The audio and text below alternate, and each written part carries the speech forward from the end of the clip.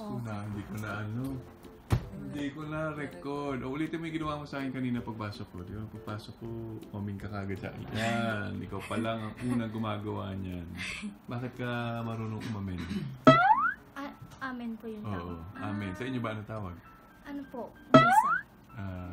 Kailan nyo ginagawa yan? Pag ano po ng matanda. Kailan matutuwa ako sa'yo.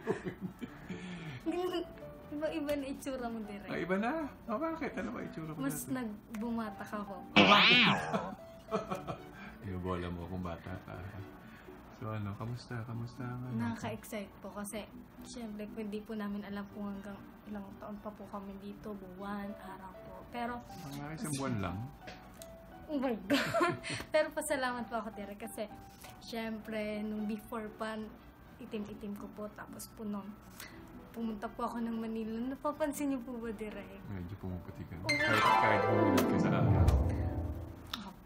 Pasalamat po ako sa tubig kasi may chlorine po. Doon po kasi sa amin galing na po lahat sa gubat. Baka ano yun, mas maganda nga yung tubig sa gubat. Mas sustansya sa mineral. Yung chlorine nakakasira ng buhok yun. At saka, maganda po kasi puputi na po talaga ako. Direct napapansin ko na. Baka naman libag lang na sa mukha mo. Kailangan ka lang magkuskus. Hindi ba? Tapos baka mas marami ka lang oras maligo ngayon. Tapos aircon pa po. Sanay lang po ako sa electric fan. Lamig-lamig na po dito. Pwede mo namang hinaan yan. Naka-30 ka na nga eh.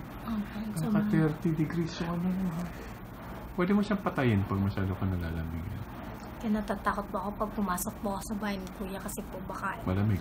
Kaya may mga jacket naman kayong dala. So ano bang favorite experience mo so far? Yung pag ganun-ganun po namin. Rowing? Opo. Sagwan-sagwan? Opo, sagwan. Tapos tinulatas nabasa po yung lapel ko. Binasa mo. Kasi po po kami, naglugto po kami dun sa tubig ni Keisha para itulak po yung kasi po balik-balik po talaga direct yung yung bangka po. Tapos, syempre, kailangan po ng discard talaga, kaya bumaba po kami dalawa ni Keisha. Ano bang ibig sabihin ng isang pagiging good friend?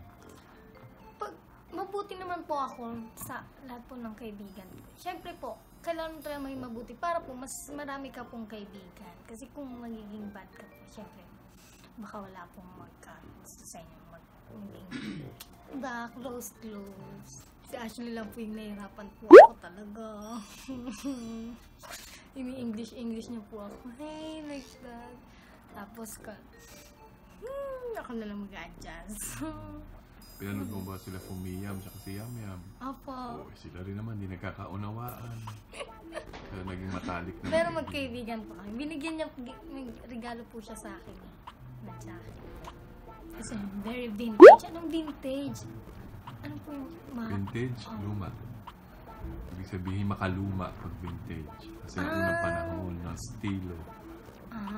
Kala ko anong vintage yun. Yung binigay niya po yung jacket. It's vintage.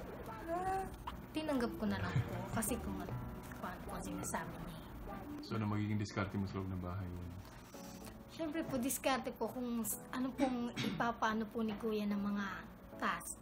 Yung mga diskarte po kasi kailangan po talaga mag-isip ka ng mga dapat talaga pagganahin mo yung utak mo. Tsaka hindi lang po dapat talaga diskarte sa task. Diskarte mo din po kung paano makisama talaga. Siyempre kasi kung magiging attitude ka lang naman, edi sana stay ka na lang po sa bahay niyo. Oo nga naman. Ano yung namimiss mo ngayon? Namimiss mo ba yung cellphone mo? Wala po akong cellphone. Kahit sa probinsya, hindi ka sa cellphone. Kasi po, since nung bata po ako, wala po talaga, hanggang po ngayon, wala po talaga akong cellphone. Kaya nainggit po ako sa kaya po, pag nagsiselfone po yung mga kasquad ko po, ang ginagawa ko po sa kanila, nagkukulit na lang po ako para mapansin po ako nila. Kasi lahat po talaga sila tutok sa cellphone. Yung, ano po yung hindi nalaro, ano po yun? Yan!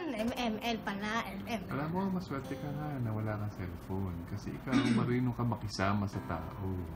O kita mo kanina, alam mo magbasa ng tao. Alam mo kung paano mo papakitunguhan si Ashley. At saka si Keisha, di ba? O kung nakatuto ka sa cellphone, magagawa yun. Tsaka hindi rin po ako marunong ng mga app-app, yung mga Twitter. Hindi po ako marunong. Hindi mo kailangan yun sa buhay mo. Ang kailangan ay matuto kang Makisama. at umiskarte sa buhay. Mas importante yun. Kasi yung social media lang naman po yun. Oo nga. No, ang importante ay yung talagang personal mong kaharap yung tao. Sino pinaka-mamimiss mo sa labas? Sabay. Siyempre po si mama talaga. Kahit di po kami masyadong close. Ba't hindi kayo close si mama? Kasi po, mas kinakampihan niya po yung kapatid ko po sunod po sa akin. Okay lang po. Kasi kahit paano po, napapakita ko naman na, ma, kahit ganyan ka, I will love you. Kahit ganyan ka. Lagi po akong pinapagalitan nun. Pero, Baka sa ikabubuti mo rin naman. Siguro po. Pero, hindi naman po ako doon lang po talaga ako sa lola ko. I'm so very pero kailangan ko pa rin makisama din. Kasi, syempre, hindi ka mag-pride na Kasi nga, syempre, siya nagpapaaral sa amin. Alam naman, yun, masungit na siya. Tapos dadabog-dabog din kami kung Si lola mo magsungit siya. yan? Si lola mo, mama mo? Yung lola ko po. Alam naman, magdabog pa kami kung pinapagalitan kami. Siyempre, kailan mo pa rin pa kasi nga, siya yung magpaparin, siya yung bumubuhay sa amin kahit palagi niya po akong pinapagalitan. Actually, kami po mga magkakapatid. Alam mo ba kung bakit masungit ang ilang matatanda? Kasi po tumatanda na po sila. Ano pa? Tinutubuan na po ng uban. Pwede rin, pero sa tingin ko dahil maraming sakit sa katawan. Mahirap yun na masakit ang likod, masakit ang tuhod, masakit ang rayuma, masakit ang nakaka-apekto yun sa mood ng tao. Kasi kayo, bata pa kayo, malakas pa kayo, hindi na Hindi po ganun direct. Anong dahilan? Feeling ko po, siguro, yun nga po, yung lola ko po kasi, di ba po, hindi po siya tunay na lola ko. Siguro mas, niya yung kadugo niya po talaga kasi. Pero okay lang po yun kasi kahit papaano, kahit ganun, ginagawa naman po namin lahat, pero hindi pa rin po sa kanya enough. Pero, okay lang po yan sa amin. Pero, kahit ganyan po siya, magpapasalamat po talaga kami kasi Malasakit pa rin. kahit Happy thoughts ka na lang muna. Dito ka na, mag-isa ka dito. First time mo ba na ganito? Opo, first time ko po yung ganito. Tapos, nakakaano po kasi, yung pag binibigay na po yung pagkain, yung doon po sa amin bawal yung gano'n, yung pagkagising, tapos andyan na yung pagkain. Parang nakakaano lang po, nakakaano po sa na parang pinagsisilbihan ka po ng tapos wala ka naman ginagawa. Hindi ka sanay kasi sa inyo, kilos ka. Opo, kasi pag ganun, ka doon, may sinyo rin, yung ganun, maano ka agad.